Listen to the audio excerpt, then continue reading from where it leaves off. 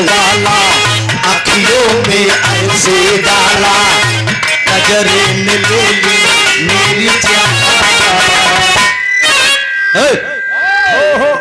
City बनाओ, city वाले मार खाते ना। इतनी समाज में अगर सिटी देवे। हाँ समझ ला भैया क्या हालत हुई। हारमोनियम थोड़ा सा उठाइए।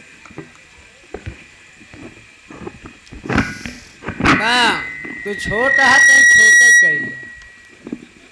अच्छा फिटा है ये हो।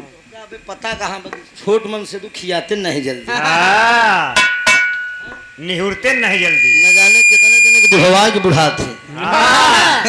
लंबा वाले निहुर कहीं कहा था गलत हम। ये जल्दी खियाते नहीं, इनकी उम्र का अंदाजा क्यों नहीं लगा सके। हेलो हेलो यार, अब भी नहीं करता है तू।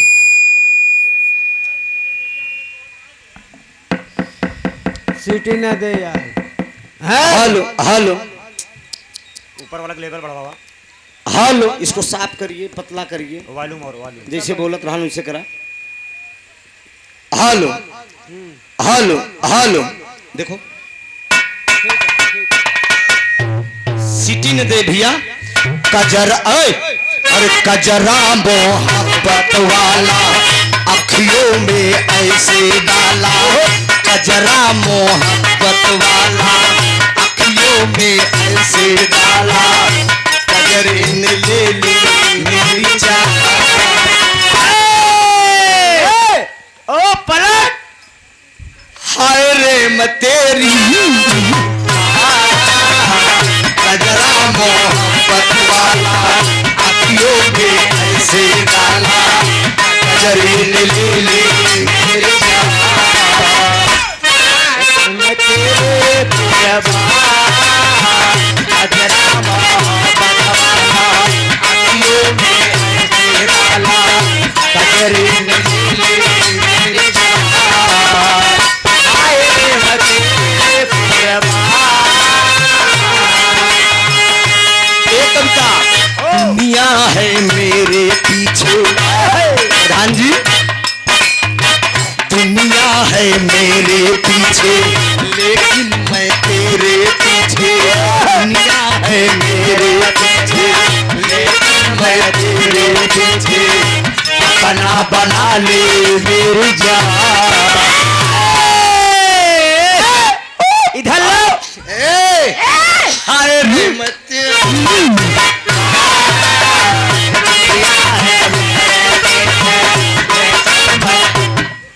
हमको देखो ऐसे। हाँ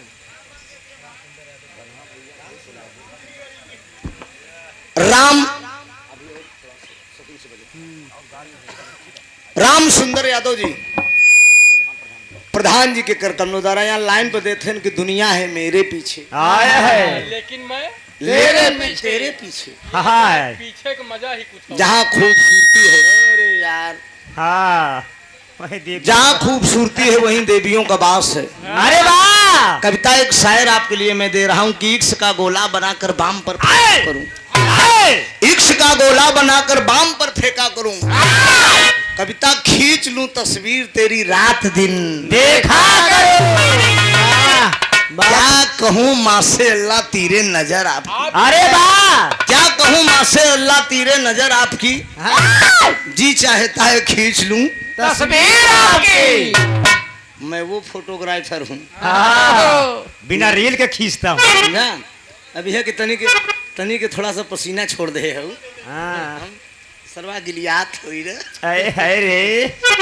1 रुपया प्रधान जी की तरफ। गोलू यादव शाहगंज से 100 रुपया का पुरस्कार। बाबा दातार सुखी रखकर सब भैया लोग सुखी रहे। बड़ा आप लोग नखरा देखे ना। वाह 6 नंबर वाले आए रहे। 6 नंबर 7 नंबर 11 नंबर 12 नंबर, हाँ 36 नंबर। मेहरुवन के तमाम नंबर आए। हेलो, इसको और बढ़ाइए। क्या बोल रहा है ये? बहुत सट के बोल रहा है। जैसे फर्स्ट राउंड में बोल रहा था वैसे बनाइए। दूरी बनाइए, दूरी बनाइए। हेलो हेलो, क्लियर कट जैसे पहले बोल रहा था वैसे बनाइए। हेलो हेलो हेलो, हाँ थोड़ा से डिब्बे से देंगे तो आ जाएगा। हाँ, और पतला कर दीजिएगा, सांप मीट डाल दीजिएगा। हाँ हाँ कम ही बोल रहे। बड़ा सोहर का आनंद आप सुन रहे हैं। अरे बधैया बाजे, अरे बधैया बाजे, बधैया बाजे।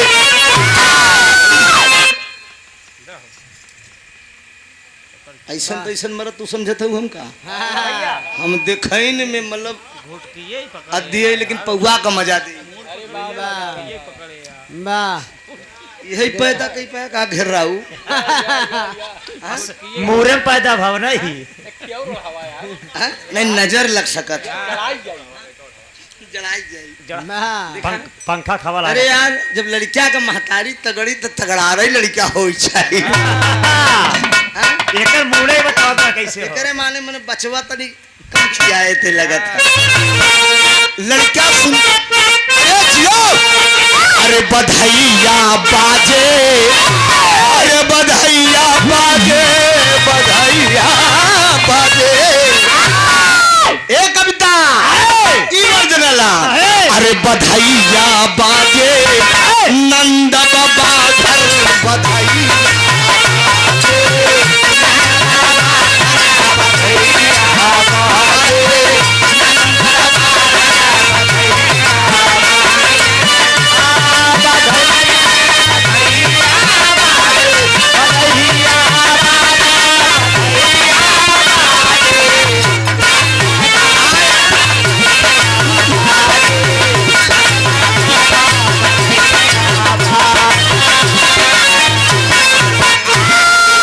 लइका का मम्मी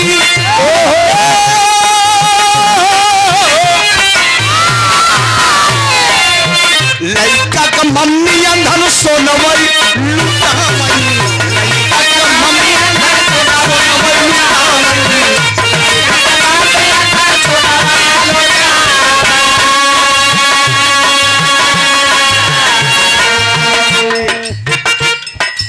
उत्कर्ष यादव जी,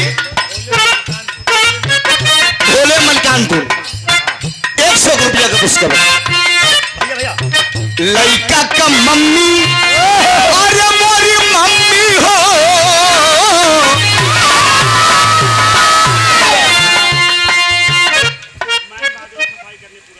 मैन बहादुर यादव सफाई कर्मी, 100 रुपया। नमस्ते भैया के। और तू बा आवा जल्दी जल्दी मामा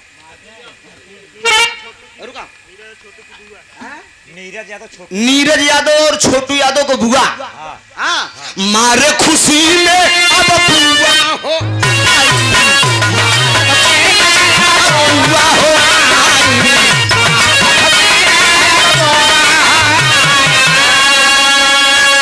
लइका कन्ने छावर रे, लइका कन्ने छावर 100 रुपया।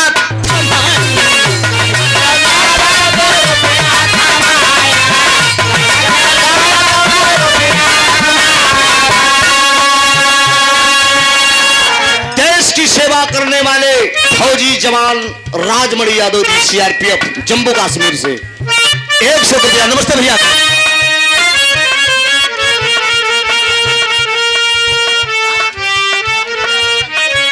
राजू यादव गब्बू, गब्बू पूर्व प्रधान, 100 रुपया। ये क्या सीपीपी दे रहा है यार? राजकुमार यादव अनिल 50 रुपया। नमस्ते भैया दी। नंद बाबा धन सोनवई लुटावई, नंद बाबा धन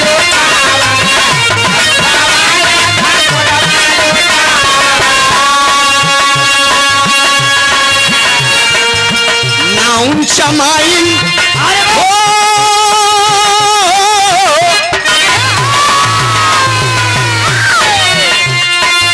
नाउन चमाइन यमठन गन देखा हूँ, नाउन चमाइन देखा हूँ।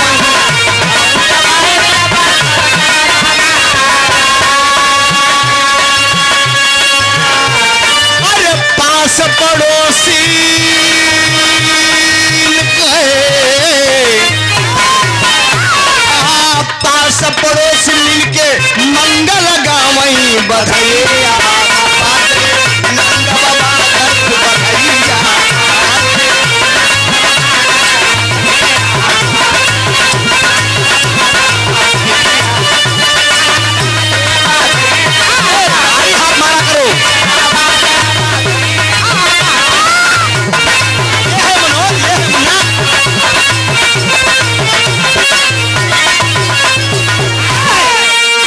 तू चिंता न करा, हम वो ड्राइवर है कि स्टीयरिंग लगाए लगाए बजवाई ले। वाह हाँ बधैया बाजा बहन बड़ा बढ़िया आप लोग सोहर सुने कि भला जेकर पिराई है जाने दूसर कौनो कहाँ जाने? एक हम 2017 में गंगा चैनल पे गाय दे रहे थे। हाँ हम जब बम्बई जाए लगे बिरहा टेलीविजन पे आप लोगों ने मुझे देखा होगा, दिनेश लाल निरहू, अमरपाली हीरोइन वगैरह के साथ, वाह वाह वाह विजयलाल यादव, ओम प्रकाश जी निर्णायक थे। तो राजा मोरंग की एक कहानी मैंने गाया था टीवी चैनल पे, वाह भैया चला हो मोरे बिरना कचौड़ी बोला भाई। वाह तो वही में गाय जब हम बम्बई जाए लागे रहे थे, हमारे दुल्हन बताए रही ने कहा कि अरे भला जे कर कहा दीपू का पापा गाय दे कि भला जे कर पिराई उहाई जी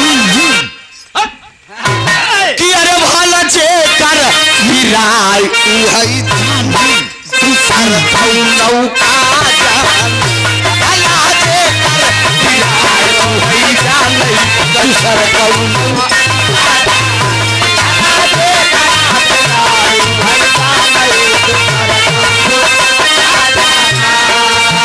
सासू न जानई ननदिया न जानई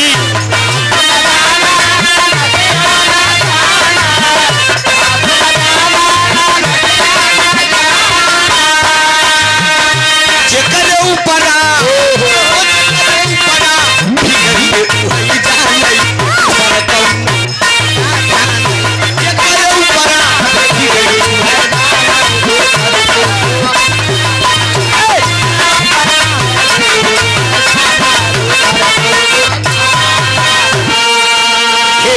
ललना तोर चितवन ऐसी ललना तोर चितवन ऐसी चितवन कैसे हो चितवन कैसे चितवन कैसे हो चितवन कैसे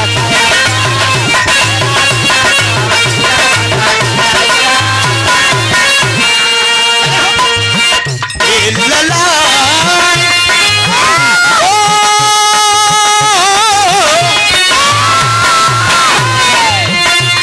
ललन तोर मम्मी कैसी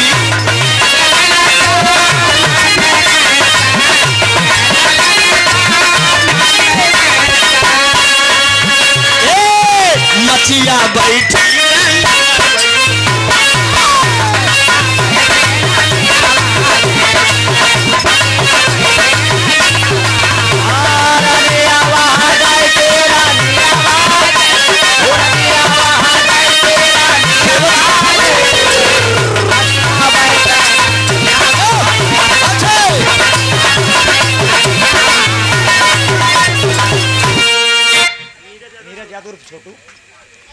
नीरज ठीक करे ना भाई दिखा ये सब सेवन सावे बुखान बाबू बुखान है बताऊ जवन कमी होई हम पूरा करब ना गोलू यादव नीरज नीरज यादव उर्फ छोटू भैया 100 रुपया कमेटी का नमस्ते। बाबू अनमोल यादव जी कमेटी वाले कमेटी की तरफ से 100 रुपया बहुत बहुत प्रणाम हो, आशीर्वाद की वृक्षा। उत्कर्ष यादव भोले मलिकान से 100 रुपया भैया का प्रणाम हो। दोनों तरफ से सोहर हो, अगर हम सोहर कोनो घमंड नहीं बा, सोहर गावे लागत हम सबेर कह दे, वाह वाह वाह सोहर में पूरी रात खत्म कर दे, लेकिन थोड़ा थोड़ा आनंद सब चीज के आवे चाहिए। आदरणीय राम सुंदर यादव जी प्रधान जी वाह वाह वाह आपका कर्मोद्वारा देखा कमेटी का फरमाइश में कि समाजवादी गीत होना चाहिए। वाह सबका इच्छा बा, तनी हाथ उठावा सब लोग। एक मिनट मतारी बहन आप लोग की इच्छा बा, तनी हाथ उठे फिर बा। क्या बात है मित्रों हाँ समाजवादी पार्टी और पीडीए पिछड़ों दलितों की ये पार्टी है। अभी अभी आप लोगों ने जिस नेता को ये भाजपा पार्टी वाले ने ये कहकर संबोधित करते थे कि वो पप्पू है, याद है ना? सोशल मीडिया के माध्यम से आप लोग देख रहे हैं, वाह वाह वाह न जाने कितनी वोटों की चोरी जो है आदरणीय राहुल गांधी ने पकड़ा है। वाह वाह साफ साफ सोशल मीडिया के सामने राहुल गांधी जी दिखा रहे हैं, यहां तक कि भारत के पीएम प्रधानमंत्री आदरणीय मोदी साहब की भी पकड़ी गई। बनारस से भी करीब 1.5 लाख से ऊपर की वोट की चोरी हुई है। और बिहार के न जाने कितने वोटर अरे वाह वाह मृत घोषित कर दिए गए। आज राहुल गांधी जी बुलाकर चुनाव आयोग से सवाल कर रहे हैं तो चुनाव आयोग भी इनकार कर रहा है। वाह वाह लेकिन कहीं न कहीं न्याय मिलेगी। ये जनता है, ये पब्लिक है, सब जानती है। अभी अभी हमारे प्रयागराज की धरती पर कौशाम्बी चायल से विधायिका अरे वाह वाह पूजा पाल जी को वाह। समाजवादी पार्टी से निकाल दिया गया। वाह क्यों निकाल दिया गया? इस पे लोग सवाल कर रहे हैं कि निकालना नहीं चाहिए, लेकिन जरा गौर करिएगा, इसके पहले पूजा पाल ने गद्दारी किया था, हमारे नेताजी ने क्षमा किया। इसके पहले गुलाब भैया वाह पूजा पाल जी ने गद्दारी किया था, हमारे नेता अखिलेश यादव जी ने। सोचिए, समाजवादी पार्टी चायल कौशाम्बी से आप विधायक हैं, साइकिल के बैनर तले आप विधायक बने हैं, लेकिन वोटिंग कहां आपका? क्रॉस वोटिंग कर रहे हैं आप।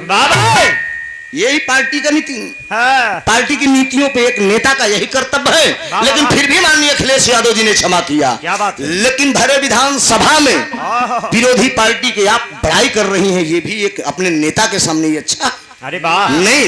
इसके पहले प्रतापपुर विधानसभा की शानदार विधायिका विजमा यादव वाह के पति क्या नहीं मारे गए? आए हाय चमार पंडित यादव के AK-47 से सरेआम कपिल मुनि करवरिया, उदय भान करवरिया AK-47 से भून दिए सिविल लाइंस चौराहे पे। लेकिन यही भाजपा की पार्टी क्यों नहीं आज उनको फांसी को फंदे पे लटका रही है? क्योंकि विजमा यादव हैं। वाह इसलिए इसी सब नीतियों पे कलाकार और पत्रकार में कोई रोक और टोक नहीं है। बाबूजी जरा लाइन गौर करिए आप लोग।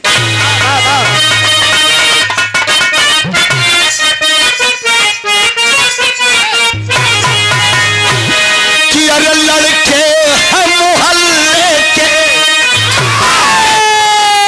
लड़के हैं मोहल्ले के, शैतान मेरी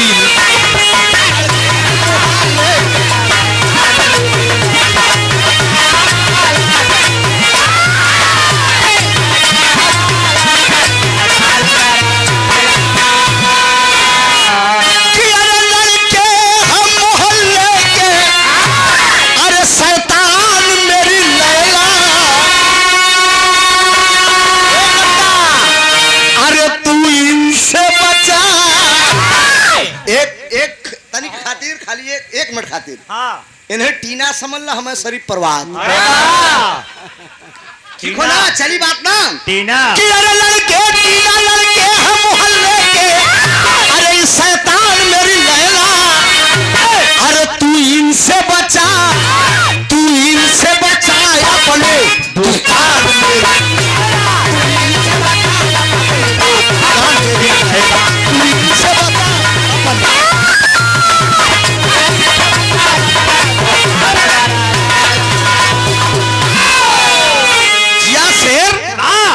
तनी के पावर आवता। अब तो हम अंकुर चना बेसई देवे खाया। लेकिन लाइन है, जरा गौर करिएगा बाबूजी। मेरे नेता के विषय में कहना पड़ा कि अरे समाजवादी, कि अरे समाजवादी पार्टी की पहचान रहे,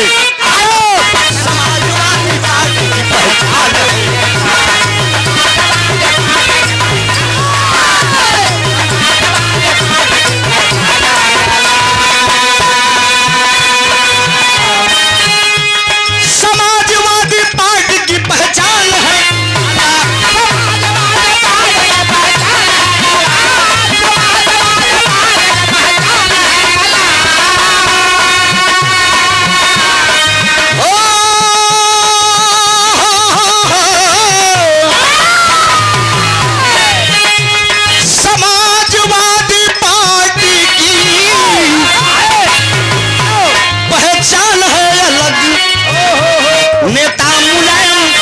नेता मुलायम सिंह जी की शान है।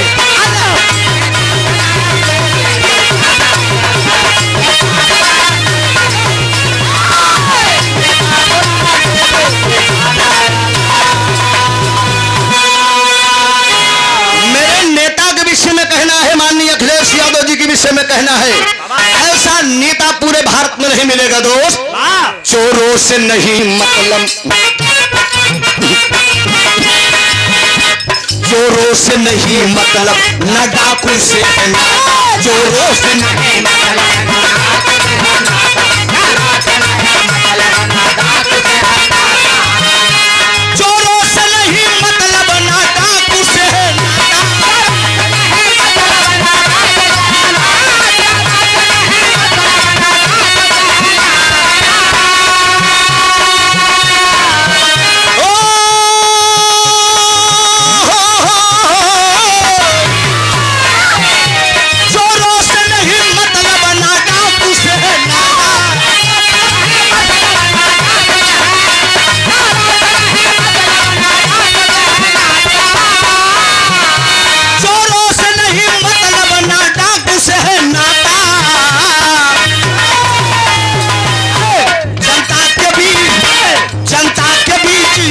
सम्मान है।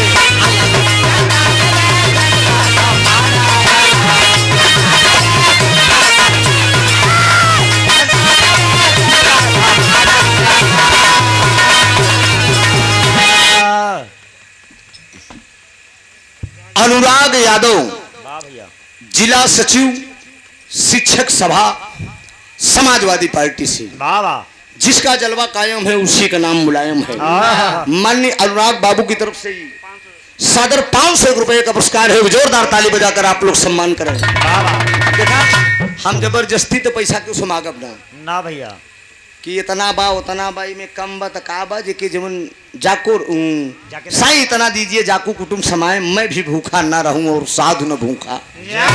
बस कर्तव्य करिए, फल की इच्छा मत करिए।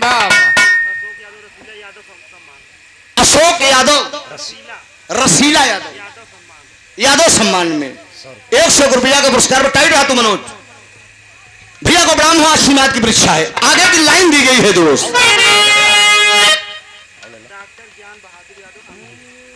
डॉक्टर ज्ञान बहादुर यादव जी, आप अंगुली की धरती से 100 रुपया पुरस्कार। बहुत बहुत प्रणाम हो, आशीर्वाद की परीक्षा। लाइन कहना है बाबूजी कि अरे नजर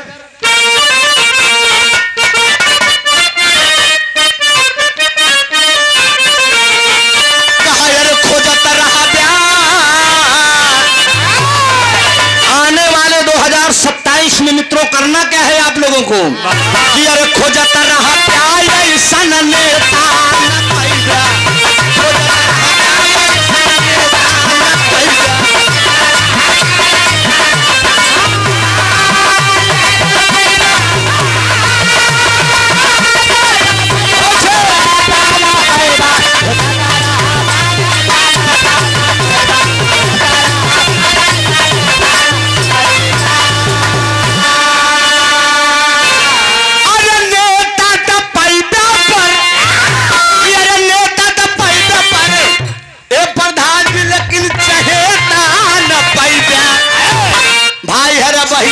खोजत रहा खोजत रहा नेता न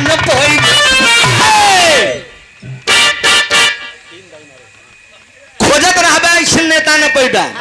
नेता तो आप पाएंगे लेकिन गरीबों को कोई सुनने वाला इस धरती पे नहीं है दोस्त। आए दिन मर्डर खून खराबा हो रहा है, आप लोग देख रहे हैं।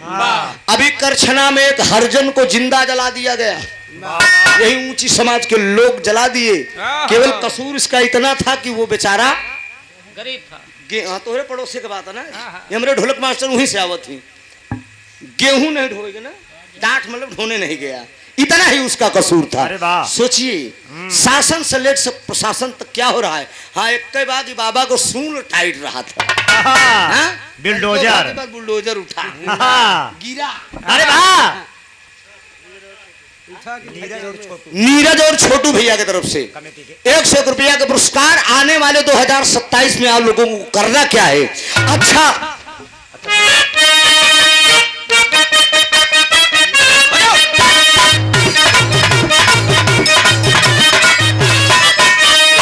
लाइन से बजो, लाइन से। अच्छा सिला दिया तूने मेरे प्यार का, अच्छा सिला दिया तूने मेरे प्यार का। अरे प्यार में ही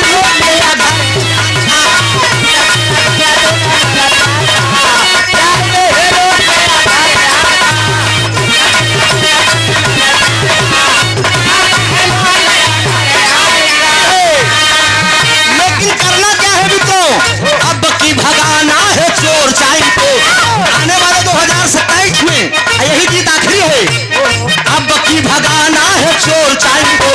अरे सीएम बनाना है अखिलेश भाई को, अब की भगाना है चोर चाई को।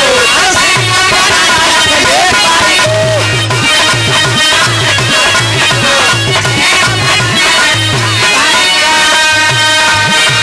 कन्या धन और लड़का भी दिलाए।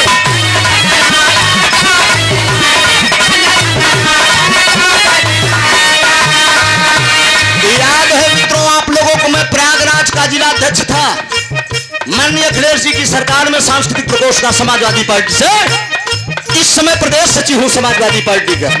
आज मेरी स्कॉर्पियो में समाजवादी पार्टी का झंडा लगा है। मेरा काम है अपने नेता के नीतियों के विषय में बताना। कन्या धन और लैपटॉप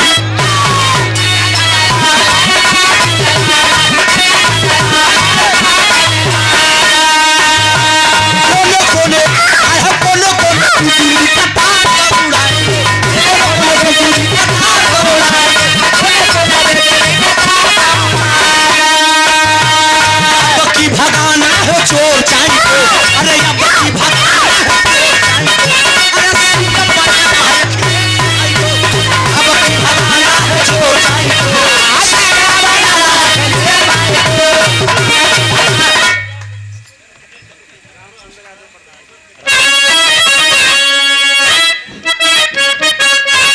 हमरे राम सुंदर यादव प्रधान जी की तरफ से। हाँ लाइन को प्रधान जी तोहरे बड़े खिलाइन दावत है। बस ये पूरे भारत की आवाज है। हाँ लोकसभा में हाँ तीसरे स्थान पे पार्टी कौन बनी? वाह वाह वाह कोई व्यक्ति बता सकता है? ये लोकसभा का जो चुनाव हुआ तीसरे स्थान पर कौन पार्टी आई? समाजवादी पार्टी। सोचिए अगर ये चिलगोजर हाँ ये चिलगोजर अगर लपटियाए न होते तो 40 सीट से कम न मिलती दोस्त। लेकिन अंदर अंदर ढोल में पोल कही गए, लेकिन ये पब्लिक है सब जानती है। हाँ प्रधान हाँ भैया और बाका हाँ अच्छा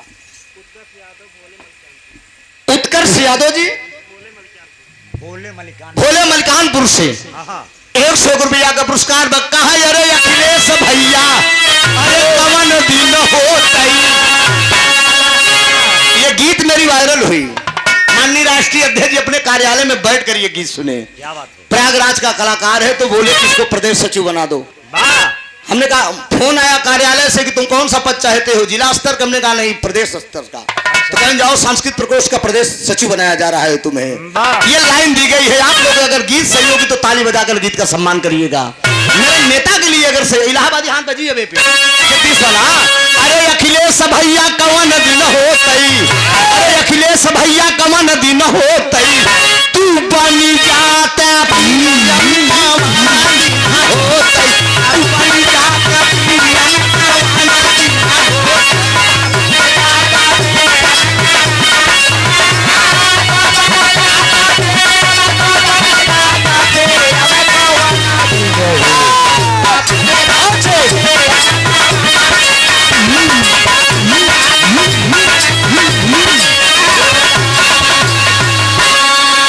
बहुत अच्छे क्या बात है।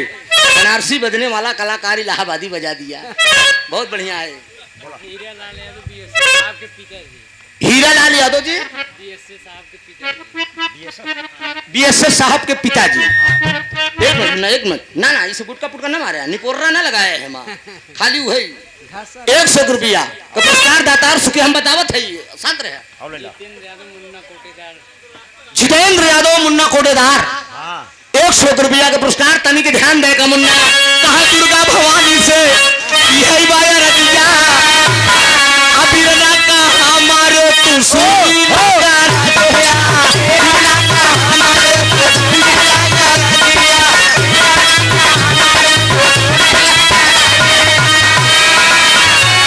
अरे गरीबन का माता की गरीबन का माता की जब तू सीएम का वाला दीना हो। तू बनी जाता पीएम का वाला दीना हो। तू बनी जाता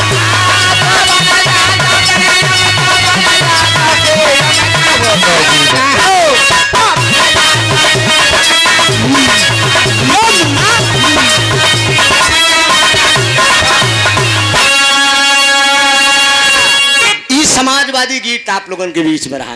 अब अगर यही सब सोहर और गीते होत रही तो पार्टी के तो एमा कुछ लोग बिरहा सुने आए हैं नहीं गए के बाद ही कहीं अरे यार कवितवा तो ठुमकती रही लेकिन यहूँ लौंडा लौंडी आई गई है। हाँ हाँ? दोनों मिला मिली कहीं यार तो मार कहा तेरे पत्थर धक्का मार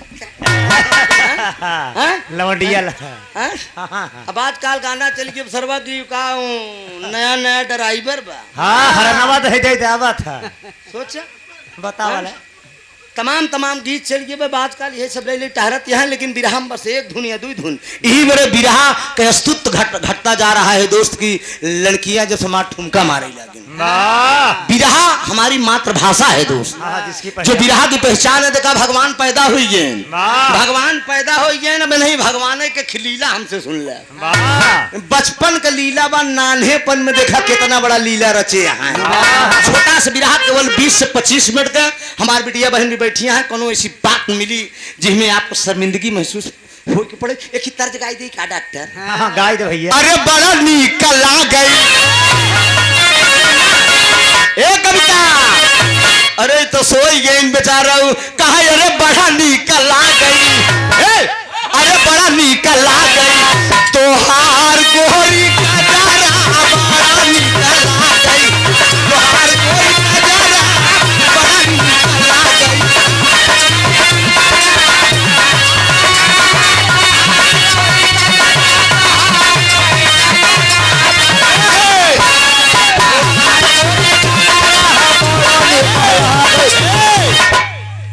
कहा एक तो बनाए राम कविता तोहरी सूरतिया कविता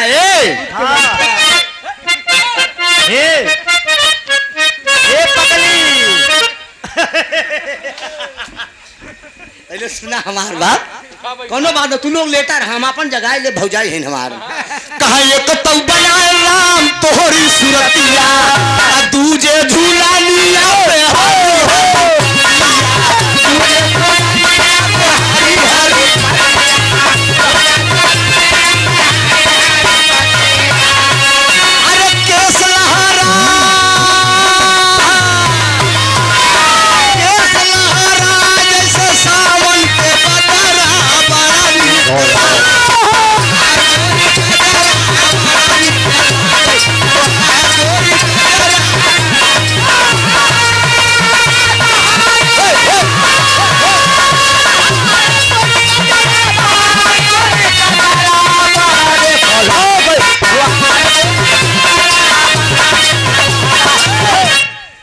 पानी मंगाई दे हाँ चाय मंगाई दे हाँ बलमुआ के बल्लम मंगाई दे पैसा ले लिया नीरज यादव और छोटू भैया का तरफ से पुरस्कार भाई 101 रुपया के दातार सुखी रखते सब भैया लोग सुखी रहे बड़का भैया कहा ये कविता अरे का जा नहीं दे इस हरवाल इनका जरा का जा नहीं दे कहा यान का बलम वही का पेड़ा मिठाई कहा अपने बलम का दवाई दे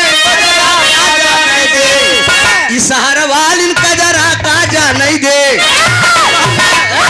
कहयान का बलम हुआ का पेड़ा मिठाई कहा अपने बलम के कहयान का बलम हुआ का सेज सुता मई कहा अपने बलम का बिछाई दिन को न राजा नहीं दे इस हरवाल इनका जरा काजा नहीं दे कहयान का बलम हुआ से खूब बतिया मई हाँ हेलो कहाँ मिलोगे फेसबुक का बात देखत रहे मेहरुआ चैटिंग से अपने उसे प्रेमियस बतलात रहे चैटिंग से लिख बतलात रही मनसदुआ कहा किससे बात कर रही हो मनसदुआ कहा जरा मैं देखूं मोबाइलवा ऐसे मेरे दोस्त यानी कि ऐसे छोरे चला मार्स खींच के एक तमाचा तयान का बलम हुआ से खूब बतिया मैं अरे यान के बलम हुआ से खूब बतिया मैं अरे अपने बलम आजा नहीं हो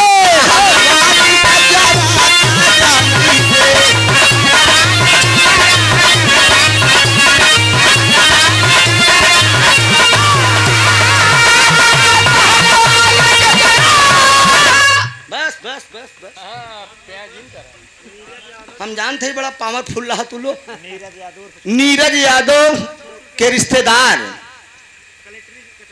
कलेक्ट्रेट कचहरी जौनपुर से 100 रुपये रिश्तेदार हैं। दातार सुखी रखकर सब भैया लोग सुखी रहे। 20 मिनट के भी रहा भगवान कन्हैया का बा। एक दिन माधव कृष्ण मुरार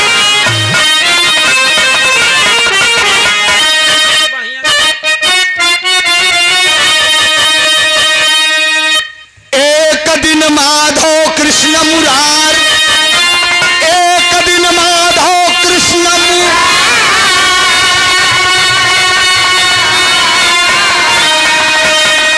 अरे सखा से कहन लगे ललकार,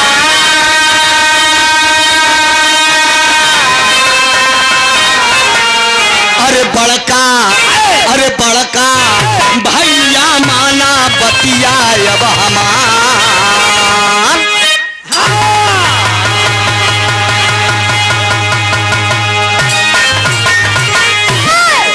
एक दिन आनंद कंद मुरली मनोहर भगवान कन्हैया का जन्म हुई दोस्त।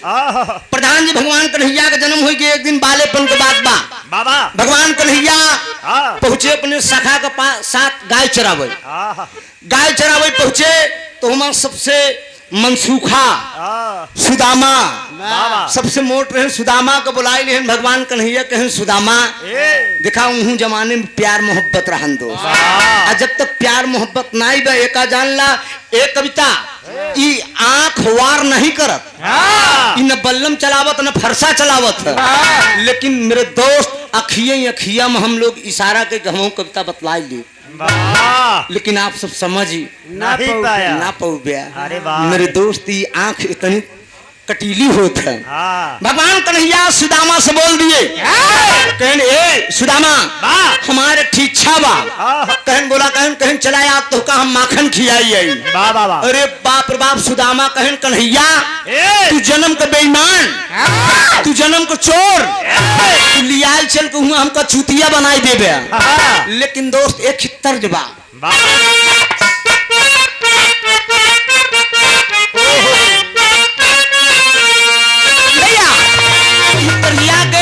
हमरे चचा स्वर्गीय हफीज चंचल गावत रहे कि मुझे मिल गया बहाना तेरे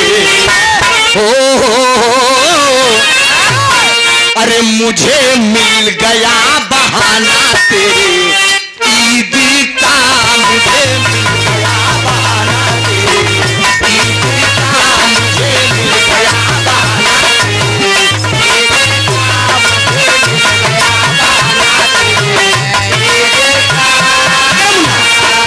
कैसी खुशी लेके आया चाँद, कैसी खुशी लेके आया चाँद, ईद का मुझे मिल गया,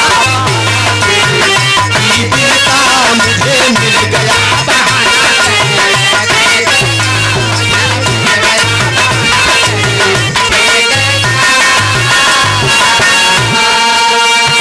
पारे भगवान कन्हैया। लेकिन भगवान कन्हैया कहते क्या है कि भैया मोरा राधा से मिलना, ओ मोरा राधा से मिलना जा रूड़ी का, मोरा राधा से मिलना जा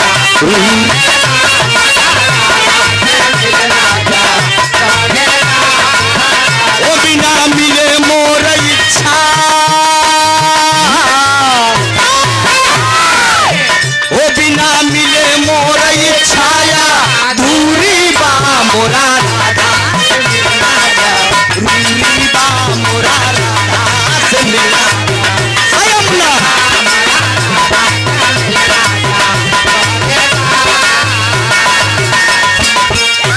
भगवान कन्हैया बोल दिए सुदामा से बोल दिए कि हम राधा से मिले बरसाने में, राधा ललिता विशाखा हरण सब हमका याद करते सुदामा, हम वादा करते इतने में सुदामा बोल दिए कहीं हुआ जात है तो बरसाने में जितना कचहरी का माखन होत है ओका असली असली माल तू सब खाई जात हो, असली असली माल तू खाई जात है, जब लोकल हो तो पानी हमका सबको दे देते है।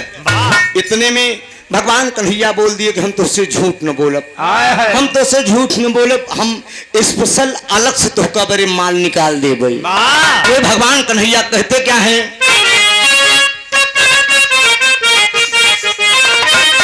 अरे मोरे राम चला हो माखन चोरी के, अरे कन्हैया सीता माँ से कहा लगे चोरी, चला हो माखन चोरी के जरी।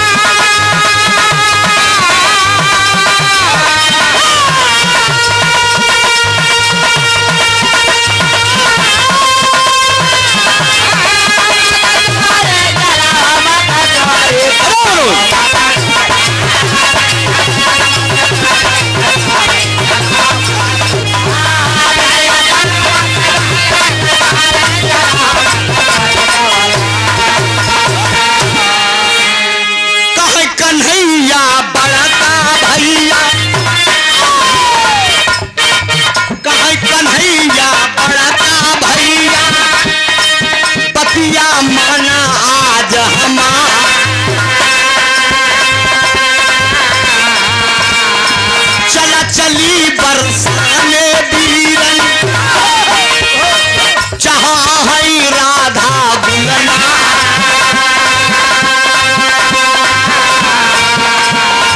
कहाँ सुदामा हमना जाबई,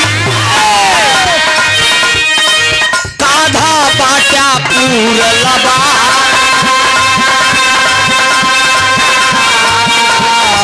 माखन खाई के इच्छा होई गई, माखन खाई के इच्छा होई गई, इच्छा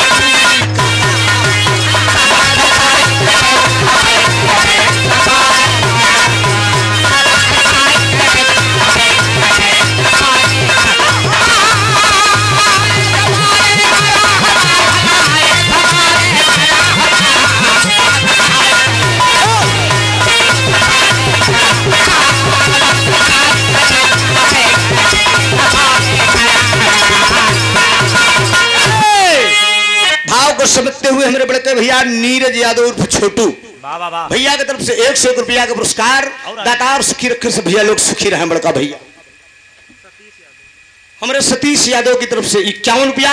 नमस्ते भैया के। अरे बाप रे बाप, भगवान कन्हैया सुदामा से बोले कि सुदामा हम वादा करते ही बरसाने में लिया चलो हमसे राधा से मुलाकात करेगी बा, ललिता विशाखा से मुलाकात करे के मनसुखा सुदामा को समझाई दिए। कहन भाई साहेब बाबा चले राधा से मिली ले। राधा जैसी कोई जोगन नहीं थी दोस्त। भगवान कन्हैया के 8 मेहरारू रही नहीं, जमन रीत रिवाज से बिया भरान, लेकिन दोस्त प्रेमिका राधा थी। कहा हम राधा से मिले चाहिए। ये करते करते दोस्त गोकुल से बरसाने चल दिए। जब गोकुल से बरसाने चल दिए बाबूजी तो रात हो गई। बरसाने पहुंचे तो रात हो गई। इतने में बाबूजी राधा ललिता विशाखा है न अपने अपने घरे में सोवत यहाँ है और अपने अपने घरे में सोता पड़ के बाटे। कन्हैया कहन ले यही बड़े ठनगन फाने रहे ना, कहत रहे कि जल्दी चलाना है सोता पड़ जाए। अब राधा हरण सोई की यहाँ चेहरे देखे के न मिली। अरे सुदामा कहन मनसुखा हरण कहन भाई साहेब चेहरा देखे के बाद छोड़ा, माखन खाए के न मिली। कहे का माखन मिली, एक जुआड़ बा। भगवान कन्हैया बोल दिए टाइट रमुना, कहे एक जुआड़ बा। कहा ये सखा में सबसे मोट दांत यही सुदामा है। यही बड़का भैया अगर चाह ले तो माखन सबको मिल जाए। कहा का करे, कहन भाई साहब यही जगह तनिक निहुर जाते हैं। सुदामा कहा कन्हैया, आस्ते बोला आस्ते बोला। राधा हरण सोवत यहाँ अगर जाग गई एका जान कि खलरी न खोल ले। कहे का कहन भाई साहब बस तनिक निहुर जा, तनिक निहुर जा। एक तर्ज बा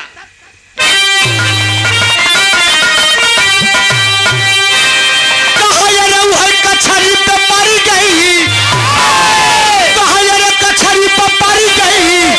अरे नचारिया बनवारी बजौलन बा सूरिया, बनवारी बजौलन बा सूरिया। अरे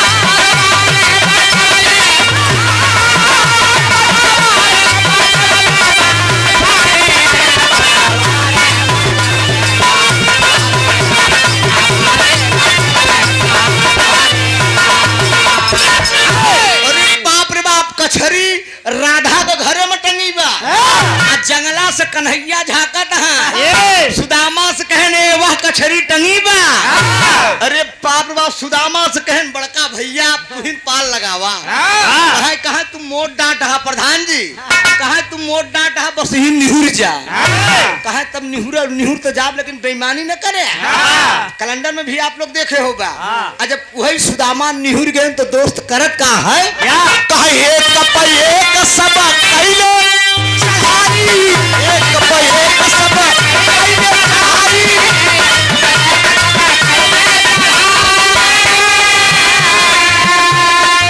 सबसे ऊपर बाटर कुंवरा,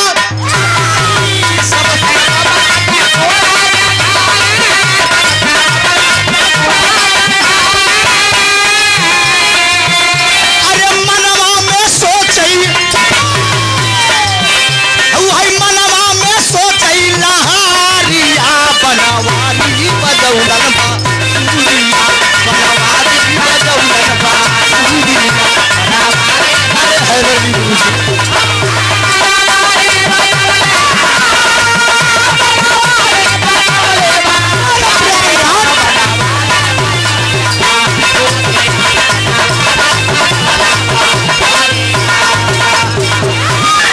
अरे बाप रे बाप, सुदामा के निहुराई दे। सुदामा निहुर गए बाबूजी, मनसुका एक पे एक सब चढ़ गए। जब एक पे एक चढ़ गए, कन्हैया इतना चलाक कि सबसे ऊपर चढ़े। सबसे ऊपर चढ़ के वही बाबूजी हाथ डाल दे, कछरी में हाथ गा, बढ़िया एकदम माखन एकदम पेवर माल मिला। अल्लाह के कन्हैया निकाल के बाबूजी लागे खाए। जब लागे खाए तो बढ़िया बढ़िया माल तो कन्हैया खींचे जाता है। प्रधान जी ओकर जवन पानी रहन, ओकर पानी ऐसे ढरका कन्हैया लबा मारे जाता है। कछरी से निकाल के और ओकर जवन पानी रहन ऐसे ढरकट ढरकट ढरकट ढरकट कन्हैया के एक सखा के मनसुका के पिठासा पर गया। मनसुका के पिठाका छिंजाए के सुदामा के पिठासा पर गया। और जब सुदामा के पिठासा पर गया तो सुदामा हाथ एकवा ऐसे ले गए, एकवा हाथ ऐसे ले गए और ले जाए वही बाबूजी ऐसे ऐसे जब कहन ऐसे कन्हैया कहे आस्ते बोला, राधा राधा राधा जाग जाएगी। जाग जाएगी, जाग जाएगी, सो रही है राधा मेरी, सो रही है, जाग जाए बवाल हो जाए। कहा कन्हैया तू कहीं दिन बेईमान आदमी, तेरी बेईमान की यार कहीं दिन भाई साहेब यही बड़े कह रहे हैं। कन्हैया माल छाने जाता हमका चूतिया समझाता। अरे बाप रे बाप, कन्हैया कहे भाई बोले धीमे धीमे। सुदामा धीमे धीमे बोला, नहीं राधा अगर जाग जाए तो बवाल हो जाए। कहा तोहार राधा का हम जगाई माना एक जाने रहे। अब बाबूजी मारे क्रोध में सुदामा से नाय बर्दाश्त में कहीं बतावा हम ले आए हमका निहुराए दे। ई कन्हैया हमका सबसे नीचे निहुराए बा। निहुराए के बाद कचरी में हाथ डाल के बढ़िया बढ़िया माखन खाता है। अरे बाप रे बाप, वही बाबूजी सुदामा करत का हन। सुदामा धीरे से अपन कमर दिए खसकाई, अरे उलट पुलट सब के वब गईले। वही सुनिया मोरे भाई हो, अरे राम चला हो माखन चोरी के। अरे कन्हैया पकड़ के लटके सिकहरवा की चोरी, चला हो माखन चोरी के।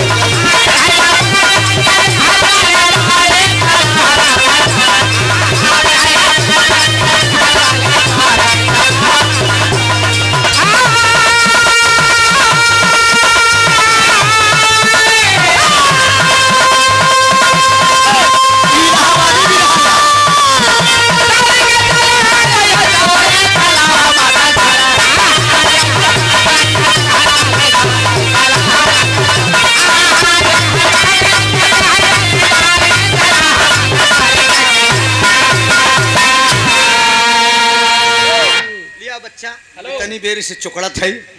मैन बहादुर है तो सफाई करना। मैन बहादुर है 50 कम से कम मिल जाता। और उनका नाम मैन बहादुर मैन बहादुर यादव का करी ना चाहो उनका नचाई। हाँ। अरे यार उनका नंबर आई तब चाहे नची ही चाहे खुद ही। मैन बहादुर भैया हाँ ऑनलाइन पेमेंट सूरभान यादव कवि जी। अच्छा, हमारे धर्म के भाई वाह वाह। आदरणीय सूरभान यादव जी हनुमानगंज फतुहा कभी जी बड़ा प्यार दुलार मिलता है। 1100 रुपए बाबूजी ऑनलाइन पेमेंट हमारे फोन पे 1100 रुपए का पुरस्कार आपने ऑनलाइन किया है। जोरदार ताली बजाकर आप लोग सम्मान कर दीजिए। कवि जी को बहुत बहुत प्रणाम, आशीर्वाद की परीक्षा है। कवि जी तनिक मोबाइल चले जाए सुना ये देखा है तो उस्ताद हरन के लहरा टाइम। अभी बतावा कहूँ सिकहार सिकहार का डोरी भगवान का बल संभाल पाई। सुदामा कमर खसनाए जो है सब जने उलट पुलट गए। अब बाबूजी कन्हैया पकड़ के कचहरी की डोरी लटका है। कचहरी की डोरी लटका है उस कहूँ डोरी बर्दाश्त कर पाई भगवान को लोड ना भैया। भगवान जहाँ राधा लेटी रही नहीं जाए के गिरे ने जाए के खट गिरे ना हियरे में राधा ललता विशाखा हरण लेटी है। अब आखी मिजन मिजिन कहने दीदी ए राधा ए ललिता ए विशाखा तर्ज लग गया। प्रधान जी प्रधान। राम सुंदर यादव प्रधान जी। ग्राम प्रधान अरे वाह ई पूरा अंधरी से वाह वाह वाह। जिला जौनपुर से बारे प्रधान जी क्या बात है। ई 200 रुपया का पुरस्कार संजोग ही रहन हमहू आएगे नहीं कार्यक्रम हमार आज के दिन हुआ लगा रहन मध्य प्रदेश। हाँ एमपी में विधायक समाजवादी पार्टी के विधायक थे, जीते नहीं बेचारू प्रत्याशी थे। वाह। उनके मंच पे बोले हुआ रहन लेकिन तबले बेटवा वो बच्चा हरा केवल 1 घंटा पहले बयाना डाल दे है उन्हीं में चूक हुई गई नहीं मस्के रहे उनसे हम 50,000। हाँ लेकिन अब जहाँ बदा वही अन्न पानी 200 रुपया। नमस्ते भैया के नीरज और छोटू क्या बात है। मुन्ना का तरफ से 100 रुपया का पुरस्कार। बाबूजी कलाकार जिंदगी में बहुत रुपया कमाते हैं। कितनी पानी पिया हुआ है टेम्परेचर बड़ा हाई पे ढोलक मास्टर को मेरे पानी पिया हुआ और 2-4 ठी बिस्लरी यार रखे रहे चाहिए इतना गर्मी है। तर्ज का लाइन बताने ध्यान दे।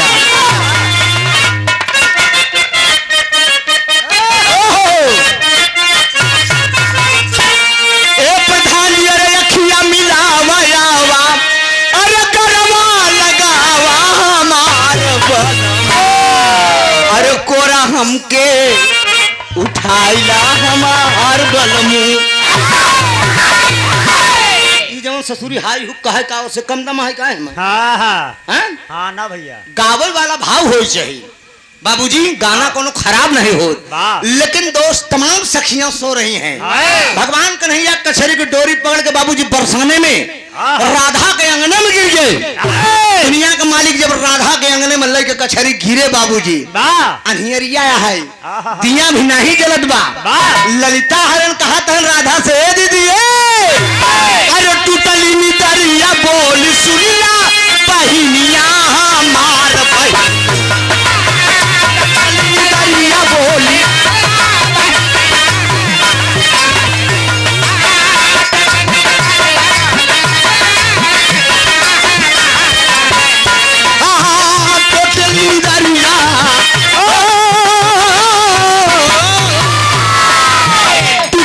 दरिया बोली राधा बहिनिया हमार बहिनी देखा आई बा बिलरिया हम देखा आई बा बिलरिया हमार बहिनी बिलरिया आई बा बिलरिया।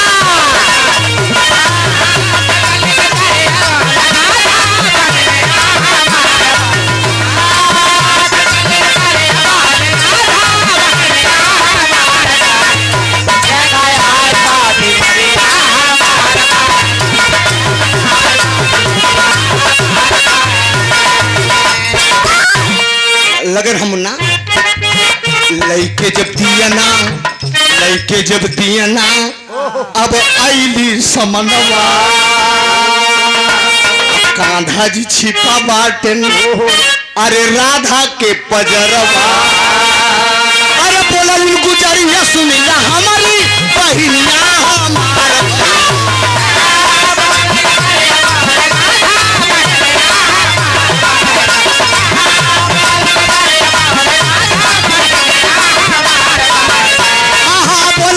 गुजरिया सुनिला हमारी बहिनिया हमार बहिनी देखा आई बा बिलरवा हमार बहिनी देखा आई बा बिलरवा हमार बहिनी।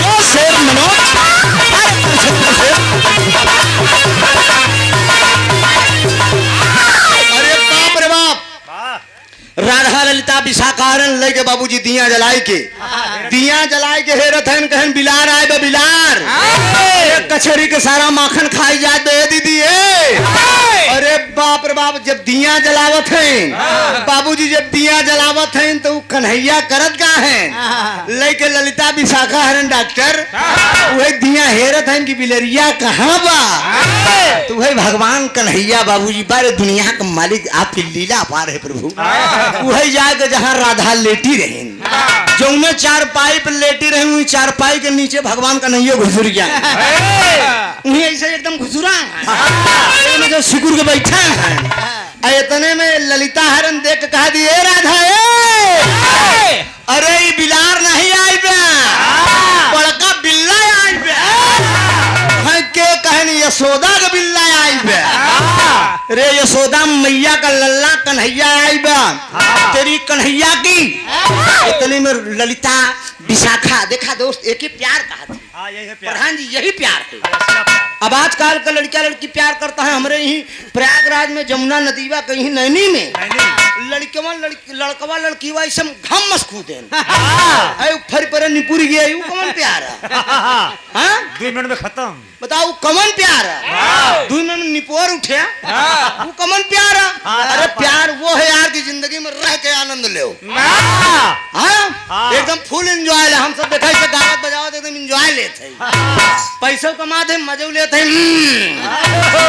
राधा हरण के देखत है बाकी तो रुक्मणी हरण है ये यहाँ है दोस्त ई ध्यान दे ललिता हरण लेके दिया बाबूजी कन्हैया एकदम वही चारपाई के नीचे राधा का घुसरा है इतने में ललिता हरण पकड़ के चिचुरा पकड़ के कन्हैया के खींचे तो नहीं इधर इतने में बाबूजी कहे मारब तो का ना भगवान मुरली मनोहर राधा की तरफ इशारा करते हैं ए राधा ए राधा ए राधा जाग जाओ ए राधा ए राधा लेकिन मेरे दोस्त राधा ललिता हरण कहीं बाण कदम कडार पे यमुना नदी में स्नान कर जाई थी तो यही कन्हैया मौका पाए के हमार लोग को चीर लेके कदम के डार पे बैठे थे हमका लोग को इशारा करत के नंगी निकरी आवा तब हम तोहका देबे और ओकरे बाद पनघट पे जब पानी भर के हम लोग गगरी में लेके जाई थी ई मटकी कदम के डार पे बैठ के गुलेल से ई कन्हैया हमार लोग को मटकी फोड़ देत हमार लोग को कचहरी में आके माखन चुराई लेत यशोदा मैया से अगर हम बताए कि तेरा लल्ला मैया तेरा लल्ला हम लोगों के साथ ये बदतमीजी करता है कन्हैया बात यशोदा मैया माने बड़े तैयार नहीं होती डांट के भगाई देती बाप रे बाप वही बरसाने की जितनी है बाबूजी तमाम गोपिकाएं ललिता हरण इकट्ठा हुई कि बाण कन्हैया की आज ले चले के बाए का यशोदा का लगे बाबूजी पूरे बरसाने के रसर इकट्ठी होइला अब भगवान कन्हैया के कष्ट के बांधत हैं ले जाए बरे गोकुल यशोदा का लगे कि तोहरे बेटवा का पकड़ के ले आई है आए हाय आज बाबूजी सारी सखियां बांधत हैं कई देखा हमारे दद्दाराम आधार वाली प्रयागराज का खाटी भाव लग गई कहा अरे धकोरा मारे झूलनी कहा अरे राजा परदेसिया वही लौट के नहीं आए राजा परदेसिया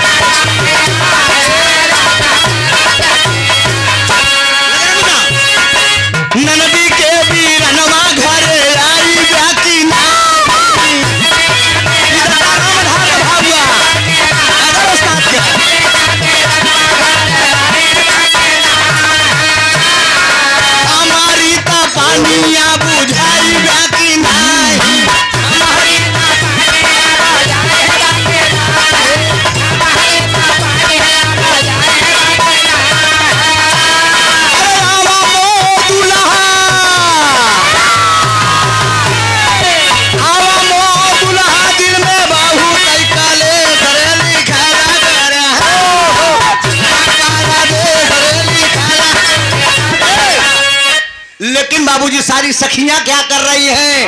कहाँ अरे घाटी गईली राम, वही घाटी गईली राम, गाना भी करीब है। कहाँ घाटी गईली राम, 12 साना वाई करा तारे घाटे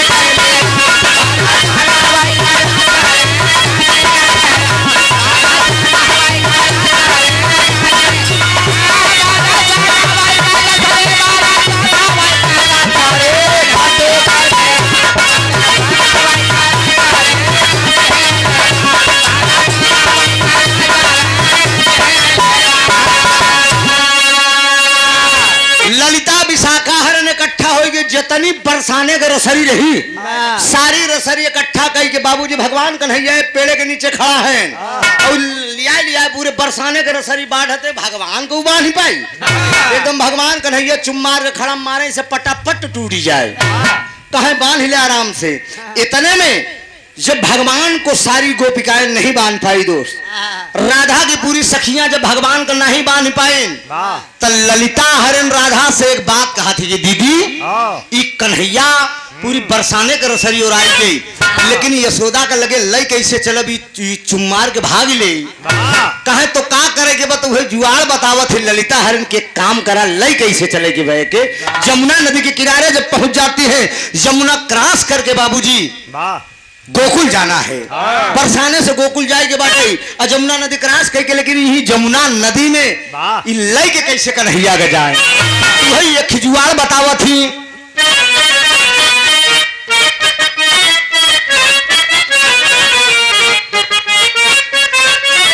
अच्छे अरे नहीं नहीं नहीं नहीं नहीं नहीं कहा नहीं झूलनी के छैया, नई झूलनी के छैया बलम दोपहरिया बिताया हो। लेकिन सारी सखियां कहती क्या है? अरे कान्हा के राधा बहिनिया, अरे कान्हा के राधा बहिनिया तनी लहाना में छिपाया हो।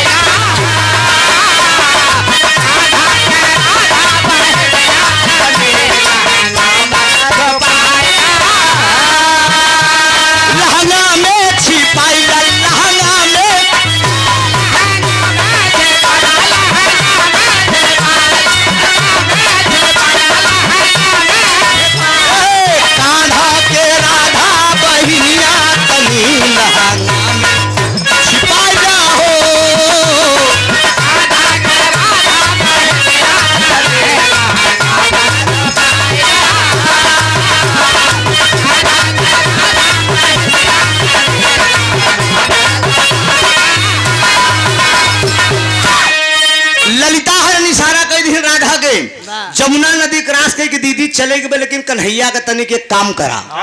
कहे का कहने राधा यही तू अपने लहंगा के नीचे के छिपाई ला कन्हैया के, कन्हैया के लहंगा के नीचे छिपाई ला, नहीं तो मौका पाई तो कहूँ खसक ले ही। अब बाबूजी बड़े आराम से राधा उठा के कहन आ जा, आवा आवा आवा आवा बढ़िया एसी की जगह ढीढ़ा। बाबूजी राधा अपने लहंगा में एकदम कन्हैया के छिपाई ले, कन्हैया के छिपाई ले, कन्हैया कहन चला बढ़िया एसी की जगह मिला बा। अब दुनिया का मालिक वही जमुना नदी में प्रवेश नहीं गए, लहंगा में छिपा के चली जाते हैं और लहंगा में छिपा के चली जाते हैं दोस्त। इतने में बरसाने से गोकुल पहुंच गई, सारी सखियां गोकुल पहुंच गई और सवेरे का टाइम बा।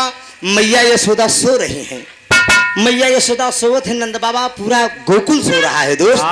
एकदम सवेरे एकदम सवेरे सवेरे पहुंच के एकदम भोर में पहुंच के बाबूजी यशोदा के दरवाजे पर राधा ललिता विशाखा है मारे ताव में ललकारत है और ललकारत है तर्जबा।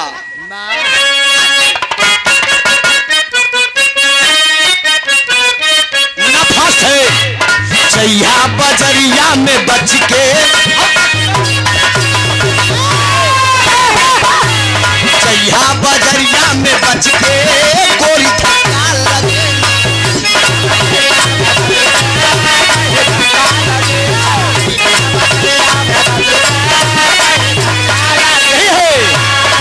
लेकिन बाबू आराम से AK-47 से ध्यान ना। लेकिन बाबू ये कह क्या रही हैं? मैया यशोदा तेरा ललना पिपोरी मांगे कही, पिपोरी मांगे कही।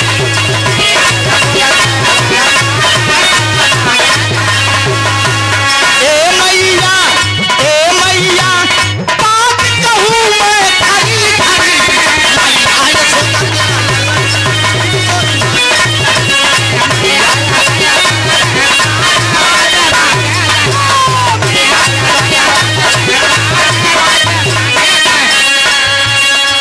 अरे बाप रे बाप बोल दिया कहा ए मैया ए। अरे ये तोहार कन्हैया यशोदा मैया सवेरे सवेरे सोई के उठी हैं। जब यशोदा यशोदा चिल्लात हैं तमाम बरसाने के ललिता विशाखा राधा हरण। यशोदा सोच गई कि इतना सवेरे हमारे दरवाजे पे केकर हिम्मत पड़ गई कि ललकारत बाटे। तनी हम देखी तो केकर इतना बड़ा तेवर है हमारे दरवाजे पे कमन नानी का हम चुनाई के बार मिल ले हमारे दरवाजे पे आके के ललकारत बा। अब बाबूजी यशोदा मैया जब बाहर निकलत हैं तो देखत हैं राधा ललिता विशाखा हरण खड़ी हैं बरसाने के लड़कियां सब आकर खड़ी हैं। कहन में मैया कहा का बात है बतावा, कहा तोहार कन्हैया तू कहत रहो कि हमार लल्ला बहुत सही, हमार लल्ला चोरी नहीं करत, हमार लल्ला चीर नहीं चोरावत, हमार लल्ला मटकी नहीं फोड़त, हमार लल्ला माखन नहीं चोरावत। लेकिन देखा तोहरे लल्ला का हम पकड़ के लेके आई है कि नहीं। यशोदा मैया कहा हमार लल्ला कहाँ बा, हमार लल्ला कहाँ बा। तो ललिता हरण कहता है दिखाओ दीदी। ए राधा लहंगवा में छिपा हुए देखो, तू कहे नहीं वह राधा मारे ताव में करत का है। तो धोती के अंदर का देखा भेद और हमा से निकले बसु।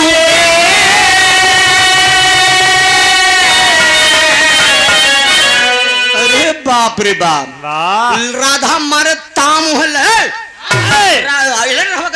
देखा यार राधा मारे ताम है से लहंगा उठाए ने वह ले पकी पकी दाढ़ी बसदेव निकले नहमा से।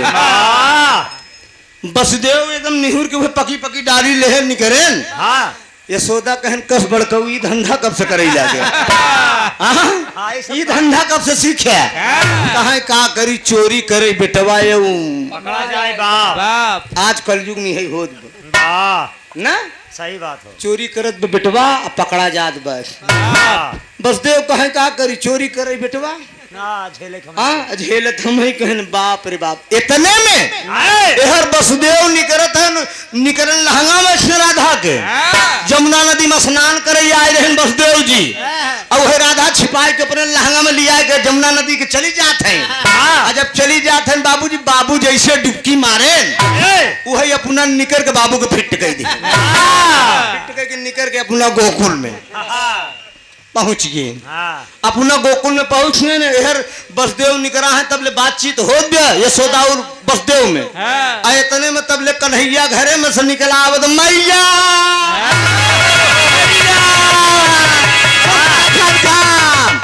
राधा हरण देखा था कि ये कैसे हो गए। अरे बाप रे बाप हम तो लहंगा में फिट करे रहे। ललिता हरण सोचते हम तो लहंगा में फिट करे। ललिता कहे राधा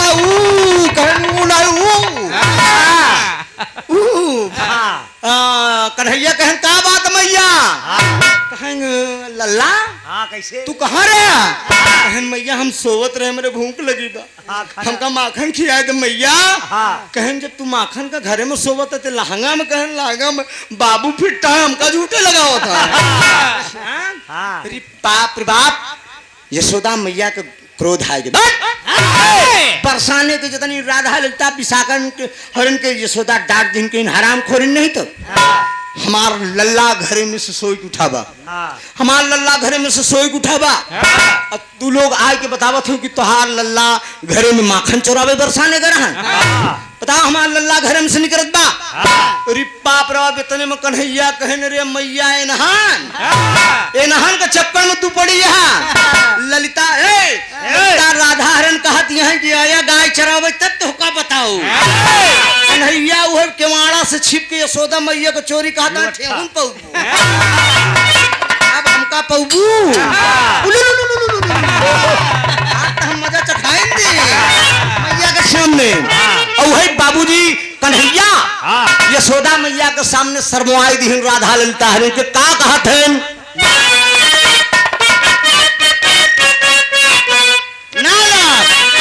अरे आए है अरे मैया बिरज कई धिंगरी अरे बिरज कई धिंगरी जुलुम कई दीहिन रहनवा बिरज कई धिंगरी जुलुम कई दीहिन रहनवा बिरज कई धिंगरी हे कन्या नंबर लिखो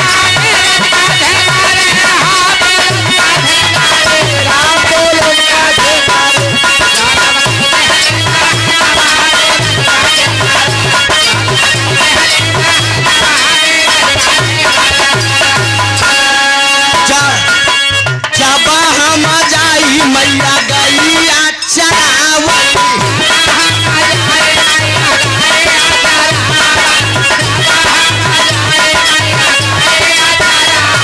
अरे राधा रानी हमके अपन दुल्हा बनावई हो दुल्हा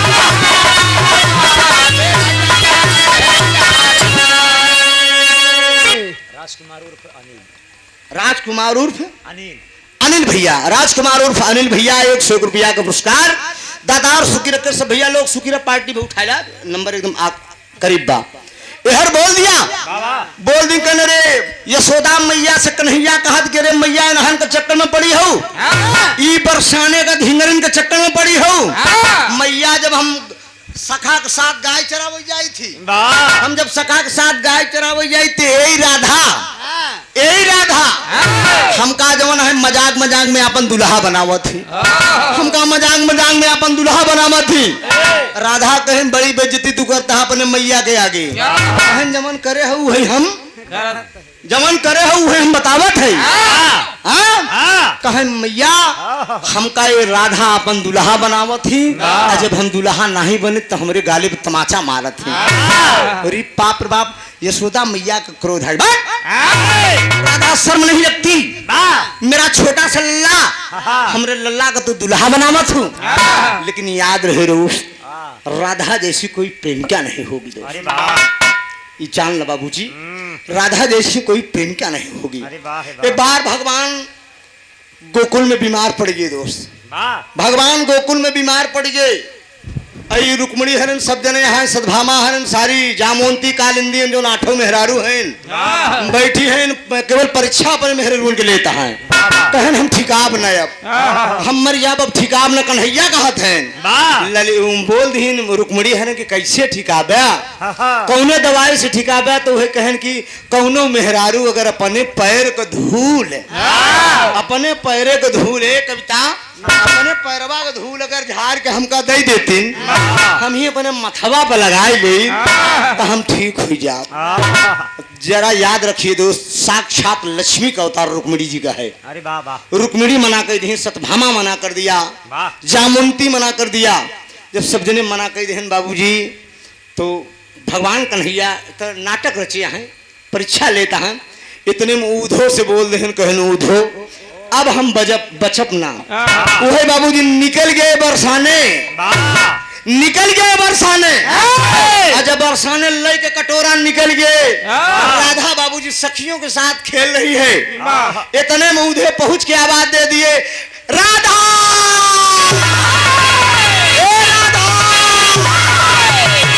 राधा के कान में आवाज के केकर आवाज उधो गया। दौड़ी दौड़ी राधा आई, कहन उधो हमरे कन्हैया के कोनो समाचार लेके तू आई है। कहन राधा तोरे कन्हैया का बड़ा बुरा समाचार बा। कहन का बा? कहन कन्हैया तोहार अब धरती पर जीवित ना रही। कहनी काहे बदे? कहन कोनो मेहरारू अगर कोनो औरत अगर अपने चरण को धूल दे देते तो कहन क्या रुक्मिणी वगैरह नहीं दिया। कहन कहा था कि मनसेधु को धूल देव अपने पैर के तो नरक में चली जा। अरे बाप रे बाप, राधा दोस्त तुरंत, इसीलिए कहा कि प्रेम का हो तो राधा जैसी हो। राधा तुरंत अपने पैर को धूल ऐसे झाड़ के कटोरा में दे दिया दोस्त, दे दिया, कहा ले जाओ, भले नरक में चली जाई लेकिन हमारे कन्हैया का प्राण बचे चाहिए। लई के उधो बाबूजी जो गोकुल में बरसाने से गोकुल चरण का धूल पहुंचे पहुंचे तो गठरी बाबूजी बहुत ओजन हो गई, उधो से चला नहीं जात रहन। गोकुल में पहुंच के गठरी खोले तो कन्हैया समाचार पूछे कि गठरी कैसन? कहनी तोरे राधा का चरण आटे, तोरे राधा का चरण का धूल आटे। वही 8 रानियां बैठी हैं बाबूजी, रुक्मिणी वगैरह, सतभामा जामवंती है बैठी हैं, सबके आगे ऐसे खोल के गठरी चरण को धूल बाबूजी कन्हैया अपने माथे पे लगा लिया। और रुक्मिणी हरण के बताए दिन, कहन देखे रुक्मिणी हरण, कहन तू राधा का ज्यादा माना था। कहन माने के कारण देख ले, अब तू सब हमान मेहरारू है कि चरण को धूल नहीं दी, लेकिन एक जोगन हो गई, राधा अपने चरण को धूल दे दिया। तभी से बाबूजी कहानी निकल गया कि तोहरा नाम बिन अधूरा मोरा नाम राधिके। अरे तोहरा नाम बिन अधूरा मोरा नाम राधिके, तोहरे नाम से कहावे राधे श्याम राधिके। समझा बाबूजी? तभी से नाम भगवान कन्हैया जोड़ दे कि राधे श्याम। राधा पहले तुहार नाम नहीं, पीछे क्यों ही नहीं कहा कि रुक्मिणी श्याम, कालिंदी श्याम, जामवंती श्याम, सतभामा श्याम, ये क्यों नहीं कहा? राधे श्याम, पहले राधे पीछे श्याम। वही बाबूजी भगवान कन्हैया गोकुल में खड़े खड़े तमाम बरसाने की गोपिकाओं के सामने एक बात अपनी यशोदा माँ से कहते हैं। क्या?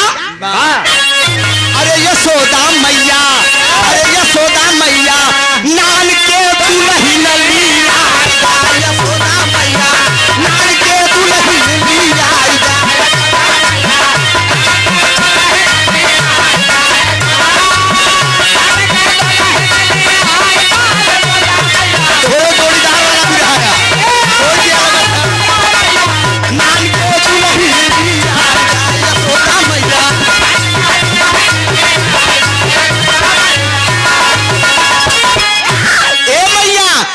न चाहिए राधा जैसन कोरी, हमके न चाहिए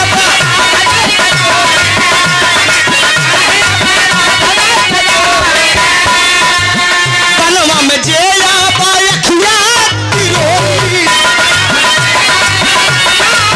अच्छे मनो नान के भंवर ही घुमा जाए यशोदा, नान के भंवर ही घुमा जाए यशोदा मैया।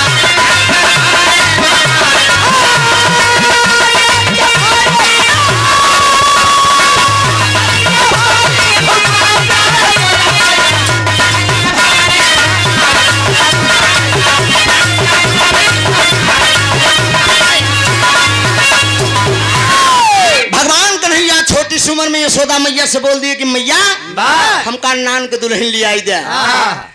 यशोदा मैया मुस्कुराई दी कि छोटी सी उम्र में मेरा लल्ला दुल्हन के खोज करत हैं। लल्ला तुझे दुल्हन जरूर मिलेगी, जरा गौर करेंगे दोस्त।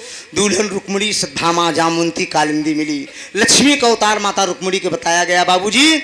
और इतने में बाबूजी यशोदा मैया डांट तो सारी बरसाने की जितनी राधा ललिता विशाखा है नहीं डांट तो सबको भगा देंगे हमारे बेटवा का झूठे को चोरी लगावत हूँ मारे शर्म का मारा भगवान कन्हैया हुए केवाड़ा से छिपको से ठेवना दिखावत है ले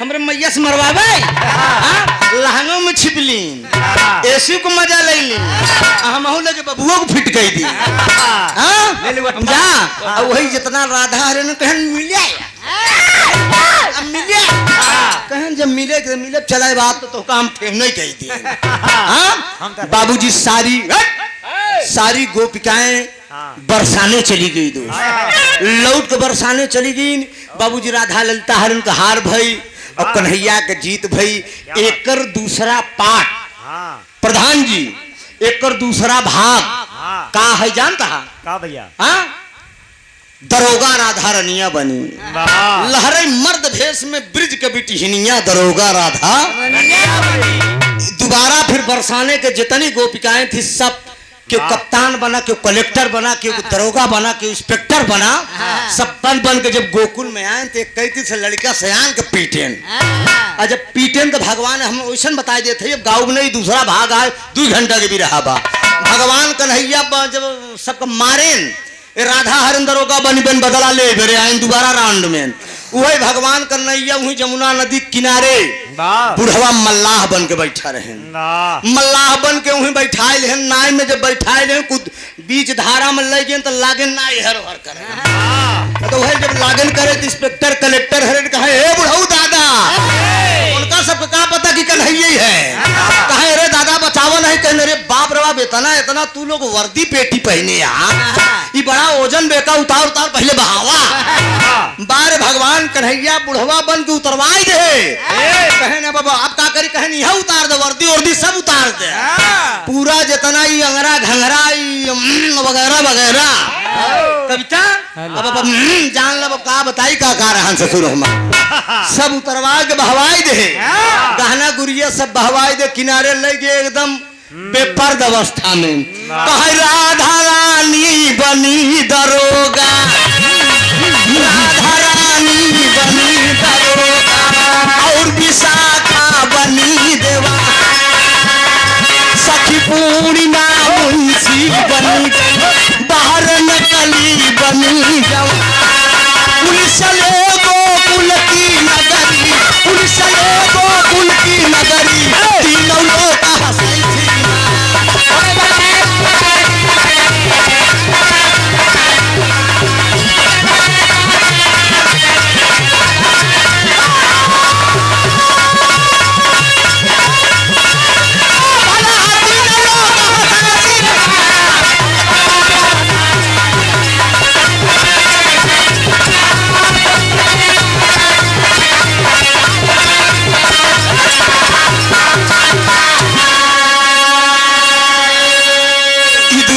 ये दूसरा भाग है दोस्त यहीं से विरह मेरा आप खत्म हो रहा है अब से आप सब कविता जी से लिया स्वामी गीता संतोष कुमार यादव जी 100 रुपया का पुरस्कार भैया का प्रणाम हो आशीर्वाद की परीक्षा है स्वामी गीतानंद अनंत भय भुल्लू तटिए कोतारी रामधार राजा राम अपनी चंचल गुरु अनिल की बाबली